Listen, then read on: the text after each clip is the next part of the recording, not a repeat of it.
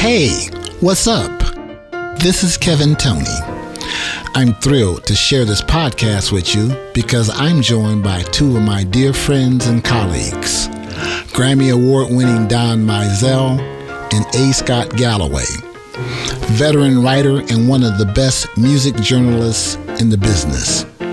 We're going to get deep into my latest album, An Evening with Kevin Toney and Friends, Jazz Legacy. We'll discuss the inspiration for this album and the awesome artists I know who are featured on it. We'll also explore the legacy-related significance of this recording, which includes performing some of my favorite jazz classics, songs by my daughter, Dominique Toney, and a few original compositions of my own. I hope you'll stick around and enjoy this conversation. Hello, everyone. This is A. Scott Galloway, and I am privileged to be in the company of two outstanding legends in the world of music and beyond. On one hand, I've got Dr. Don Mizell, and on the other hand, I've got Brother Kevin Toney, a masterful musician. And so we're just going to talk a little bit about Mr. Toney's latest project, An Evening with Kevin Toney and Friends, subtitled Jazz Legacy. And so we want to start off the conversation basically getting a handle on this word legacy, which is by Merriam-Webster's definition, it's a gift handed down, from ancestors to those that have come after them. It can be in some forms a physical property, but in this sense, obviously the legacy is of a standard of work and of artistry that he accumulated through his past, all the things that he studied, all the people that he worked with, and and everything that he created from the sum of that, and what he's handing down not only to particularly one family member, but also to the world and to other musicians around the world. So I wanted to start off getting a sense from you, Kevin, about exactly how you feel about the word legacy and what you wanted to share with folks of your legacy with this project. Thank you, Scott. Such a good question and a starting point. I got to be honest with you. When I brought this album and the songs to Dr. Don Mizell, my creative partner, the name Legacy I hadn't even thought about that. It was just, I didn't think I even thought of it was going to be an evening with Kevin Toney. Don came up with those ideals that we thought about. It was more like Kevin Toney Live. I was just cutting the album. I wanted to do an album that was live and something to document my legacy, as you said, when I think about it with Dominique, my daughter, that we would have something live where people could hear us, and it would just be us, her singing and me on the piano. And, it so happens I had a couple of guests. So even without thinking about the word legacy, and even though it was a live concert to do for me, and I wanted to capture it as well as possible, which thank God we got a great recording and a great video that, Don was able to put the pieces together and said, hey man, this is an evening with Kevin Toney. This ain't Kevin Toney Live. And this is about your legacy. Look at the songs. And, he broke it down, which we'll have Don to speak about it. But with that said, yes, my legacy has multiple levels, and certainly the legacy of me performing as a performer, as a pianist, performing the legacy of the great jazz greats who are the cornerstone of what we call jazz. There is the Duke Ellington piece, two of them, as a matter. Well, actually, one of them, the Duke Ellington piece, "In a Sentimental Mood." That's a piece that's been around for decades. There's the what is the gentleman? Yeah, Fats Waller. Well, there's Fats Waller, of course. Fats Waller's music. We got "Squeeze Me" on there. That's a 30s song. That's legacy. We've got Lush Life. Thank you. And Billy Strayhorn song, right?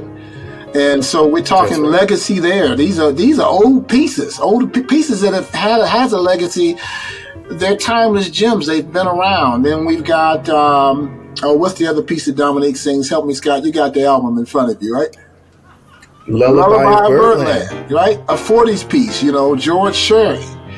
So, just, unconsciously, I picked those pieces, Now, look, we recorded more songs than that, but the songs that I handed over to Don to say, hey, man, I think this is the album. And these are the best pieces. Look what I picked out. And he was able to say, yeah, not only did you pick out your best pieces, but, man, this is legacy. And the fact, so the legacy of performing great music, timeless, and being able to put my stamp on it is a legacy. First of all, Kevin and I have been working together for well over a decade. And so he has intermittently reached out to me to help shape his thinking and really sharpen his approach. And I'm a conceptual thinker, so that's kind of how I approach, creative projects. And what I felt fundamentally was that this record was important for Kevin because what he had done, in my view, was to insert himself more clearly and definitively inside of the jazz lexicon, because Kevin pretty much had been on the edge with soul jazz fusion, Blackbirds, and then he kind of did smooth jazz music. And as you know, Scott, in the diehard mainstream of jazz folks, that ain't really gonna get you any cred for being a straight up serious monster jazz musician. And Kevin has always had that talent, but it wasn't always showcased on records. And I had been encouraging him, and he was not resisting, to keep moving forward with the realms of his creative expression. And let's let people hear just what a monster jazz musician he is, straight up. And so here we had this record, because I think that was the missing piece in the Kevin Toney legacy as far as the listening public, unless, people might not really know just what a great jazz musician he is. He just can kill from any angle. And so I thought, well, that's one thing. And the other thing is Kevin always has had a kind of an elegant touch to his musical expressions. And therefore, the title should kind of convey something that we really wanted to drive home. And I thought, well, something like An Evening with Kevin Toney would be fitting and proper to get that across. This is not just a show. It's not just a concert. This is an evening with Kevin Toney and friends. And these friends happen to be monster jazz musicians. His daughter, Dominique, Azar, and Kamal. Yeah. So these cats are monsters in their own right for different reasons. They're friends of Kevin. So I just thought, well, now, there have been records with friends. There's somebody with friends, and there have been other albums with other artists, An Evening with. And so I just kind of copped that, and then because I thought it would serve what was actually going on that really was not necessarily what Kevin was known for. This would be a good way to do that. But we couldn't really do that unless we went ahead and made it more explicit, besides the elegance of the title that would correlate with the elegance of Kevin's artistic sensibility, was Jazz Legacy, because as these songs, 4 of the songs are classic from the Jazz Legacy lexicon. And then also these cats that are playing, and the daughter, Dominique, they're all seriously capable of singing jazz. I mean, scatting. Azar is, a monster out of the train school, and and Kevin is always, certainly in his film work and certain other work, been into the history of jazz piano. And that's what he's showcasing here, is his ability to have mastered and present music from the legacy of the history of jazz. And, he was always into Fats Waller, Duke Ellington. I mean, he's highly trained classical musician and also jazz musician, having studied with Dr. Bird at Howard and so forth. So I wanted to get that out there for him, because I think that we're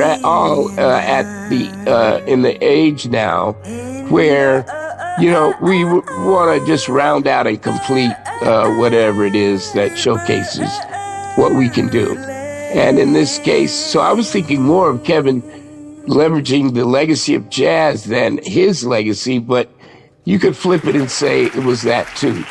So that was what was behind my thinking with that title, An Evening with Kevin, Toney, and Friends, because I thought that it would encapsulate all the different elements or aspects we were trying to convey about Kevin and his music. I mean, again, the legacy aspects that we've spoken of, the legacies of the great artists that came before you, your embrace of them as a performer, as a pianist, and as a composer, arranger, your daughter, your friends involved in it, and the music, even though it all pretty much falls under the realm of jazz, you have things that are kind of on the gospel jazz side of things, a bluesier jazz side of things. It's very wide ranging. Tell us, like you said, you didn't want to do this initially. I mean, all you were looking at was you wanted to kind of preserve yourself live with your daughter doing some music. Now that you're looking at this from a much larger perspective, what is it that you really hope that the audience gets from Well, An in Evening with addition Kevin, to Toney, all and that Friends, Don has Jazz said, Legacy? which speaks volumes, I like to say that, when I look at it, when I look back, I've always really wanted to be here. I've always wanted to be amongst the best players, the best musicians, and certainly jazz was a vehicle, but not necessarily to, limit what I do. But we've already talked about the other things I do. But in jazz particularly, I've always wanted to be at the best and be respected for that.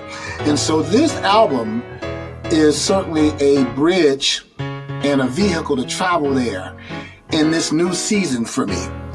I look forward to this is a new season. This is going to open up a whole new floodgate of stuff. I'm looking forward, even though as I look backwards in terms of jazz legacy, I'm using this. It's really pushing me forward into my new season.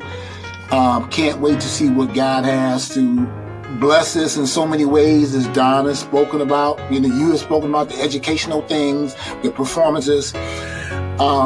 Look, for those people who thought they knew me and knew what I sounded like and labeled me this, that, or the other, wow, this album is going to really, now you can really hear what I sound like.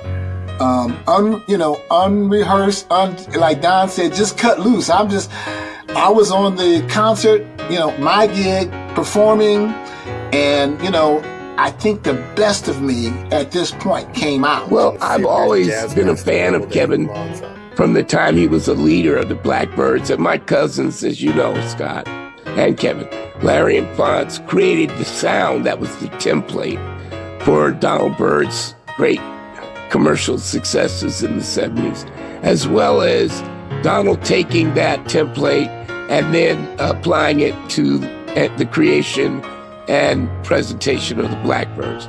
So, but Kevin was the leader. Now, you know, there are many Indian chiefs in every band, but I think the reason Byrd leaned on him so much that way is because he was an outstanding student, very intelligent, and he was very respectful of Donald's legacy. And so a lot of conflict that Donald may have had with other members didn't really happen with he and Kevin. I mean, you know, as you know, Kevin is very smooth, and he is very, what shall I say, respectful. So, so I've known him that long, and over time, we started working together. When he was in smooth jazz, he wanted to know what did I think about the market and where it was going to go and what he could do. We just kept talking and collaborating in our thinking, and, you know, at a certain point, I was just saying, now listen, I don't know about smooth jazz. The white boys are taking over. It'll be hard to actually get paid. The format's there. But at the end of the day, Kevin, you know, the music that lasts is the music where the cats are getting down. They're not holding back and cleaning it up and being a little bit, you know, too processed with it. And you can do all of it. So why don't we do something you haven't been doing that you got started doing, you know all about it, And so that's where we got to New American Sweet. Now here, this is the first, I believe, live album, but we didn't want to call it live. You know, we wanted to make it clear this is more elegant, an evening with blah, blah, as I've stated. But really, the thinking I had behind all of the concepts and things I presented to Kev for his careful and expert consideration was, how do we move forward?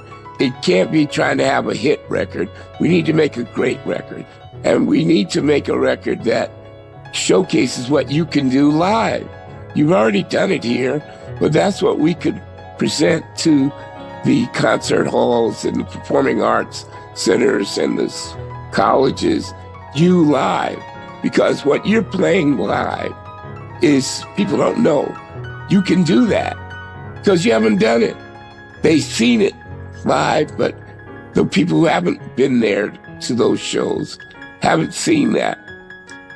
They can hear it and see it now. And that's really what we want to use as a calling card for you to go into these other arenas where people buy season tickets, and you know they're into music that is art. We can present this as something where you could possibly come in and also do workshops or even add an intellectual content, Scott, to an event in the evening. Talk about these and, you know, educate a little bit, give the historical context, but yet you're playing it live so they can see it how it used to be done, more so than how you do it now with technology. And Kevin can do it because he was trained in that old school way, and he's representing music. So that was the idea, was this would be something that would have an intellectual dimension that he could also present as a package for education, as well as presenting this music, legacy music, live. Tell us a little bit about Azar Lawrence, who I just happened to have seen at the Hollywood Bowl Jazz Festival last month. An incredible, fiery player. Tell me a little bit about your personal relationship with him and why he had to be a part of this project for you. I've known about Azar since I was in Detroit, before in high school. Certainly by the time I came to Howard, when he started playing with McCoy Tyner. In fact, I think I met him. Azar was playing with McCoy at Montreux Jazz Festival in 1973. and McCoy Toney was there. That's the first time I met McCoy. And I was able to go to a rehearsal. That's where I met Azar. And I have to remind him of that. So I've been aware of him for years, his playing, et cetera, and we really just didn't connect till I put out New American Suite back in 2012, and Don brought him over to a performance that the KT3 was doing. Brought him over there, and we kind of connected and said, hey, we got to do something. Couple of years went by, and I asked Azar to come over to. I was hosting some men's meetings at my church as a men's ministry leader, and I would ask him on a few occasions to come by and provide music for us in anything he wants to, impart spiritually through his music. He did that. And then I believe it was 2019 that I put together another Donald Byrd acoustic electric sessions tribute to Donald Byrd. Might have been my third one, and so I had invited Azar to play on that. And we really had some great connections there. And in fact, the performance that's on the album here, on the new album, is a performance that I took from that concert. That's the only piece that wasn't recorded at the other venue. This was a piece that Azar and I did a duet. I remember asking him, hey man, what song could you and I do together on the Donald Byrd tribute? And it just came out so well. There was such chemistry and musical love there, brotherhood, that in putting this record together, I said, I gotta have that piece over here, because it's special. And that piece is in a sentimental mood, the Duke Ellington. And so that, and as I move forward from even that performance, I did a couple of other Donald Byrd tributes, and I had asked Azar to join me. So, since that time, we've really been in contact. I've done a couple of gigs with him and his band. So he's done things with me. So we've got this kinship, friendship that's been going on for a long time. And I knew that I had to have him in his participation in the magic on this album. And that's beautiful. It's a musical friendship and a spiritual brotherhood connection. And the fact that the first time you saw him, he was with the great McCoy Tyner, jazz pianist extraordinaire from Coltrane's band. And of course, an amazing artist in his own right with his own catalog of recordings. That's very significant. Now, I know that McCoy Tyner was one of my childhood idols. I mean, it was him, it was Herbie Hancock, Art Tatum, those guys. Well, so now I want to move over to Kamau Kenyatta, who is a producer, singer, and a songwriter. I believe your relationship with him goes back much further and longer. Tell me a little bit about your friendship over the years and your connection. Absolutely. With Kamau Kenyatta. Saxophonist, pianist too. He's also a pianist. He does a lot of gigs on the piano. Arranger, producer, Gregory Porter's success, a lot more. He's a teacher down in San Diego. But look, I've known Kamau since I was in 11th grade. And one of the stories I like to tell everyone, and I'll condense it, is that there was one summer that Kamau and I hung out.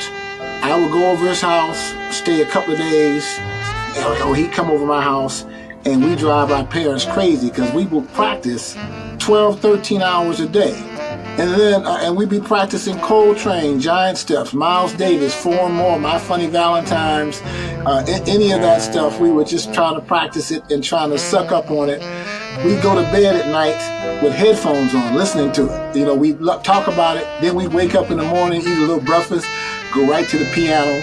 And we did that for a summer, and we came back to Cass Tech at our high school, and we blew everybody away because they said, "What happened to you guys?" We did this transformation. So he's one of the guys that early on was in the trenches. We used to share a lot of music.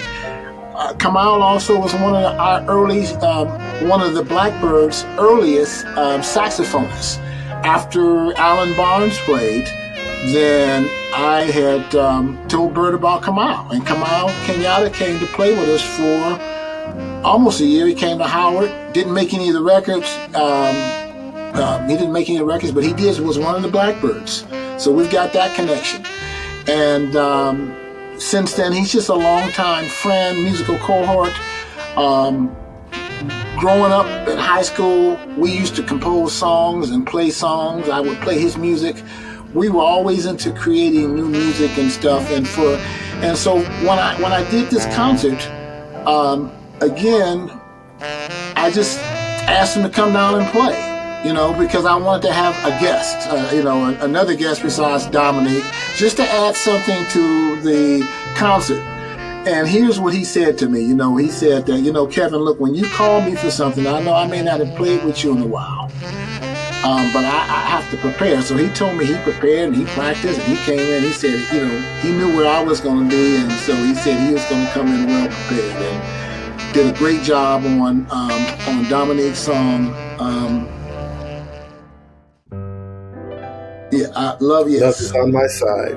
Love is on my side, and he Love did is a on my great job side. playing that, and it was just magic that was created there. And when I listen to it and look at it, it's amazing that all those things came together. So Kamal and I have known each other for ages, and we're brothers that continue to love each other, and we're gonna, This documents our history and legacy as well. Fantastic. And probably most beautifully, the last of the friends is your daughter, Dominique Toney, who is just beautiful, amazing artist in her own right. And as I had alluded to before, or actually what Dr. Don said was very, very profound, in that, even though it's a father-daughter relationship, it's also a very beautiful friendship, a friendship that can be seen by anybody with the naked eye when they see you perform, or just see you guys together. You guys have something kindred in the fact of the music, as well as the love that you guys have for each other as human beings and as, father-daughter. Tell me a little bit about what it's been like to watch her embrace your art form of music and beyond, because she's also an actress, comedian, model. She does so many different things wonderfully. What has it been like to watch her grow? Nothing short of amazing, and nothing short of amazing, beyond amazing. And I could only hope, if I had to come back in life again, that I would have a daughter like her, and we could do the same stuff. I played piano and take lessons since she was 8. Time she got to high school, she wasn't really feeling it, but Phyllis and I, my wife, said that, hey, look, you need to continue with this, because, we asked her what she wanted to do. She said, hey, I think I want to be a singer or an actress. And, I said, well, you're going to need this. So we had her take some lessons from a guy who was showing her chords and pop stuff and things like that. So she kept with it. And then she went to NYU, and, we noticed that, she would, in her theater class, she would write plays and she would write music and sing at the piano. Wow. So we got that. But, I knew it during her going to NYU, things really changed for her. She had this great instructor there who was opening her up to different types of music. She came home one time and sang some numbers, and I said, okay, let's just record it. And Phyllis and I were driving down the highway one day and put it on and said, wow, that's Dominique, okay? And, she still hadn't graduated, so we just knew that her desire for the music and performance was really growing. And then she graduated, and she came back here, and I had started having her perform with me. And some of the songs she wanted to do, and then as it turned out, as I had done my own shows, I figured I could incorporate her, on the singing songs and with my Blackbird legacy. So she started a run where she started a run with me doing Blackbird shows out here when I would do presentations of the Blackbirds, Kevin Toney's Blackbird versions out on the West Coast. She was my lead singer. But not only was she my lead singer and group singer, she was my keyboard partner. So she played keyboards and parts. And I never got a complaint out of her that said, this is too hard. Now, I gave her some challenging stuff. And so she would always embrace it. And then she worked on it. She would practice on that stuff. And she wanted to be good. So, love that. The Donald Byrd tributes, we've done 5 or 6 of them together with, Gary Bartz, Nicholas Payton, Donald Harrison, Azar, Johnny Britt. And, I remember when we went up to San Francisco to do Yoshi's, and I said to Dominique, you know what, you should know, you coming up here playing with these guys and all, outside of me, you really arrived. You should have confidence. If you don't know it now, you're there. You're going to get better, but have the confidence that you're playing with these guys. You're playing at the highest levels. And, she embraced it, got it. And she continues. She's hungry for the ball. I told Dominique that you're blessed. Your daddy's rich and your mama's good looking. Hey, what song is that? and because her mother is beautiful, and that I've told Kevin many times is where she got her good looks from. but and I think she's the mother she's the wardrobe curator for Diana Ross and other major divas. So costume designer. So Dominique is got a wide range of inspirations and talents to draw from her ancestral pool. So I think that this record, the Jazz Legacy album, will be a marker, and there's much more to come, and the world has a lot more to get from you. So congratulations, and it's been an honor to be a part of this, to kind of help people to learn more about you and to introduce them to your wonderful project here. Good, Scott. You had it on there. Don, I just muted you for a second because you were feeding back for some reason. I'm going to put you back on, Don, if you have any more words, or Scott, if you have any more words. Yeah, I just wanted to say that I think this album showcases your musicianship in a way, jazz musicianship, in a way that will serve you well in getting people clear about your chops, as a jazz musician. And it's not something that people normally associate with artists in smooth jazz or soul jazz or whatever that. And here you're doing it as a solo artist. You're doing it with the great jazz piano legacy artist music. You're doing it with your music, and you're doing it with your people. So that's what they're going to get. It's a treat.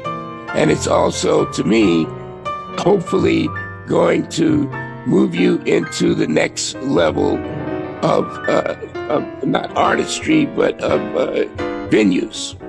I congratulate you, and the most important thing I wanted to share was that that it's a continuum.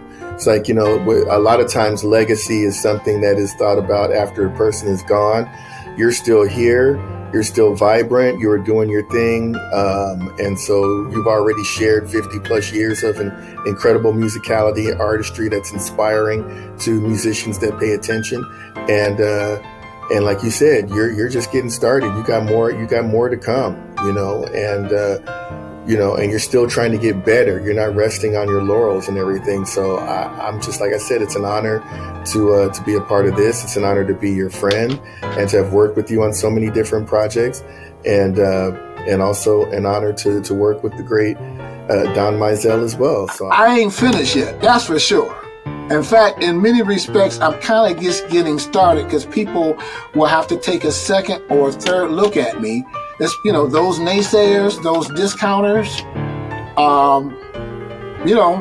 I got something for them, but I'm not out to prove anything, but I'm just, just happy that I'm at my best. I'm comfortable. I don't have to prove anything. Like Don said, look, it's not about having a hit record or trying to do this or trying to do something for the record label. Well, I am a record label, so now I can just do it for myself and my legacy and all the things that Don and I have been working on.